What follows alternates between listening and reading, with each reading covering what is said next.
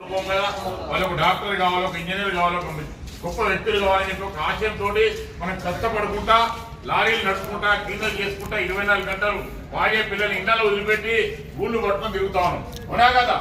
మరి ఈ పరిస్థితి మన పిల్లలు రాకుండా ఉండాలంటే మనం ఇలాంటి జాగ్రత్తలు తీసుకోవాలనేది మా సిపి గారు ఇలాంటి కార్మికుల కొరకు ఇలాంటి విషయాలు చెప్పడానికి మమ్మల్ని పంపిస్తూ ఉంటారు. మనమందరం గుర్తు చేసుకోవాలి. అదే మన తల్లిదండ్రులు మీ తల్లిదండ్రులు అంటే మన తల్లిదండ్రులు తక్కువ ఉండద్దు. వాళ్ళ స్తోమతను బట్టి మన వ్యక్తిని మనం చేసాను.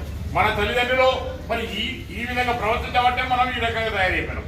మనం కూడా ఈ విధంగా ప్రవర్తిస్తే మన పిల్లలు ఏమైపోవాలి? మరి మన పిల్లలు కూడా లారీ నడుపుడైనా, మన పిల్లలు కూడా క్లీనర్ చేసుడైనా, మన పిల్లలు కూడా ఒక లారీ కొట్టుకొని ఒక ఆఫీస్ పెట్టుకొని ఇక గిరాకి వస్తుందా రాదా, ఇక రేపు బతుకుదామా బతుకా దాన్ని చూసుకుంటే ఏం చూడైనా, ఒక ఉద్యోగస్తుడు కావాలా లేదా, 1 లక్ష రూపాయల నౌకరు పొందాలా లేదా, ఒక సమాజంలో ఒక మంచి పేరు ప్రఖ్యాతులు బతకాలా లేదా, మరి అట్లా బతకాలని మనం ఏ విధంగా ప్రయత్నం చేయాలి, ఏ విధంగా మనం ముందుకెళ్ళాలి అనే విషయాలు చెప్పడానికే సిపి గారు గౌరవమైన రామగుండం సిపి గారు ప్రతి గ్రామాన ఇలాంటి కార్మికులతోటి, కర్షకులతోటి, ప్రజలతోటి, రైతులతోటి చిన్న మీటింగులు పెట్టి మరి కొన్ని విషయాలు చెప్పడానికి, ఆ విషయాలు చెప్తే మాటల ద్వారా కాకుండా పాటల ద్వారా మరి మనం అభివృద్ధిలోకి రావాలంటే మనం ఏం చేయాలి? పైసలు సంపాదించాలంటే ఏం చేయాలి?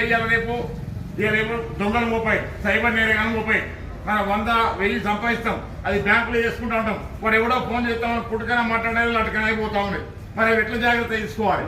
అదే పద్ధతిలో మనం ఒక పనికి వేరే ఏ రకంగా జాగ్రత్త తీసుకోవాలి, ఒక ఫ్యాక్టరీలో పోతే ఏ రకంగా జాగ్రత్త తీసుకోవాలి. అదే విధంగా మన పట్టుదలే, మన శ్రమనే మనల్ని ముందు తీసుకెళ్తా ఉంటుంది. మనం ఎక్కడైతే అశ్రద్ధగా ప్రవర్తిస్తావో, ఎక్కడైతే అమర్యాదగా ఉంటావో అక్కడ మనకు తిండి ఉండదు అవునా కదా. ఇప్పుడు మనకు ఒక లారీ ఒక ఓనర్ మనకి ఇస్తాడు.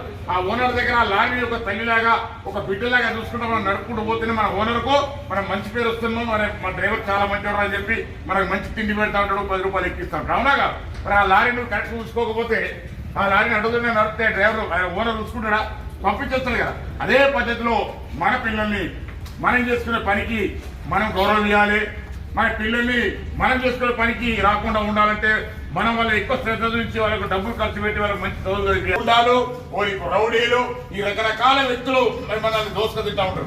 మరి అలాంటి వ్యక్తుల పట్ల మనం ఏ విధంగా అప్రమత్తంగా ఉండాలి, మనం చట్టపరిధిలో ఉంటూ మనల్ని మనం రక్షించుకుంటా మనం ఎట్లా ముందరికి పోవాలి అని ఒక చక్కని కార్యక్రమాన్ని మీ అందరికీ తెలియజేయడానికి గౌరవమైన కమిషనర్ పోలీస్ అంబర్కిషోర్ ఐపీఎస్ డిఐజీ గారు మరి ఇలాంటి కార్యక్రమాలు ఏర్పాటు చేసుకుంటూ మన కార్మికుల కొరకు, కర్షకుల కొరకు ఒక చక్కని ప్రోగ్రాం ఏర్పాటు చేస్తా ఉన్నారు. ఆ సందర్భంగా మరి మన మాటలు ఎప్పుడు కాబట్టి 1-2 పాటల ద్వారా మనం ఏ విధంగా మెదలాలి, ఏ విధంగా ఉండాలి, మనం ఏ విధంగా ఉంటే ముందుకెళ్తాం అనేది 1-2 పాటల ద్వారా చక్కాలని తెలియజేసుకున్నాం. నిన్నటి వరకు మనం ఎలక్షన్ జరిగినాయి, మనం అందరం కూడా ఓటింగ్ చేసుకున్నాం, మన గ్రామ సర్పంచ్ని ఎన్నుకున్నాం. ఇప్పుడు గ్రామ పరిపాలన మొదలవుతుంది, చక్కగా ముందుకు పోతా ఉంటది.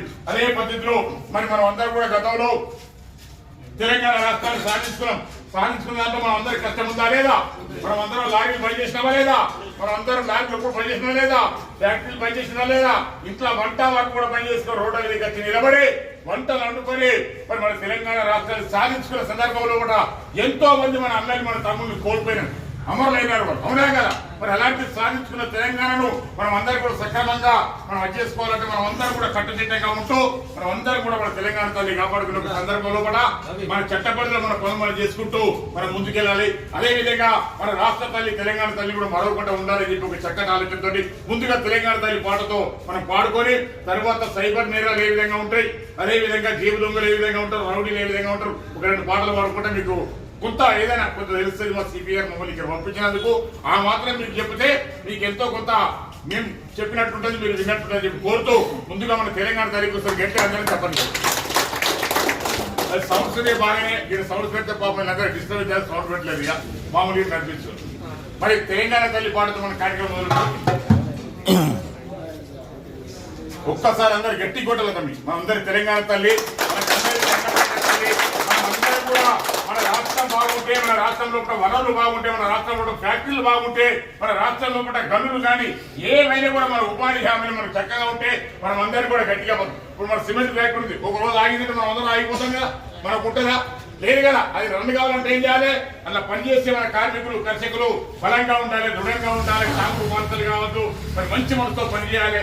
పనిచేస్తా అంటే ఉత్పత్తి అయితే మన లారీ పోతూ ఉంటే రవాణా జరుగుతూ ఉంటుంది, అందరికీ ఉత్పత్తి జరుగుతూ ఉంటుంది. అదే పద్ధతిలో ఉంటే అన్ని ముక్కుగళ్ళు కానీ, సిమెంట్ ఫ్యాక్టరీలు కానీ, కెమికల్ ఫ్యాక్టరీలు కానీ, ఏ ఫ్యాక్టరీ అయినా కూడా కార్మికులు సక్రమంగా పనిచేస్తేనే ఉత్పత్తి పెరుగుతుంది. అలాంటి వాళ్ళకి జీతాలు మంచిగా వస్తాయి, మన కుటుంబాలు హాయిగా ఉంటాయి అవునా కదా. మరి అదే సందర్భంలో మనం ముందుకెళ్లాలంటే అన్ని ఫ్యాక్టరీలో పనిచేసే కార్మికులందరూ కూడా చక్కగా పనిచేసుకుంటూ ఉంటే ఫ్యాక్టరీలు పెరిగిపోతాయి, మనకు ఆదాయం పెరుగుతుంది, మన కుటుంబాలు గొప్ప అయితే మన పిల్లలు గొప్ప చదువులు చదువుతూ ఉంటారు. అదే సందర్భం ముందుకెళ్తా ఉంటాం. మన తెలంగాణ రాష్ట్రం కూడా బంగారు తెలంగాణ అయిపోతా ఉంటుంది. మరి ఆ తెలంగాణ తల్లి ఒక పాట పాడుకొని మరి ఇంకో 2 పాటలతో కార్యక్రమం జయ జయ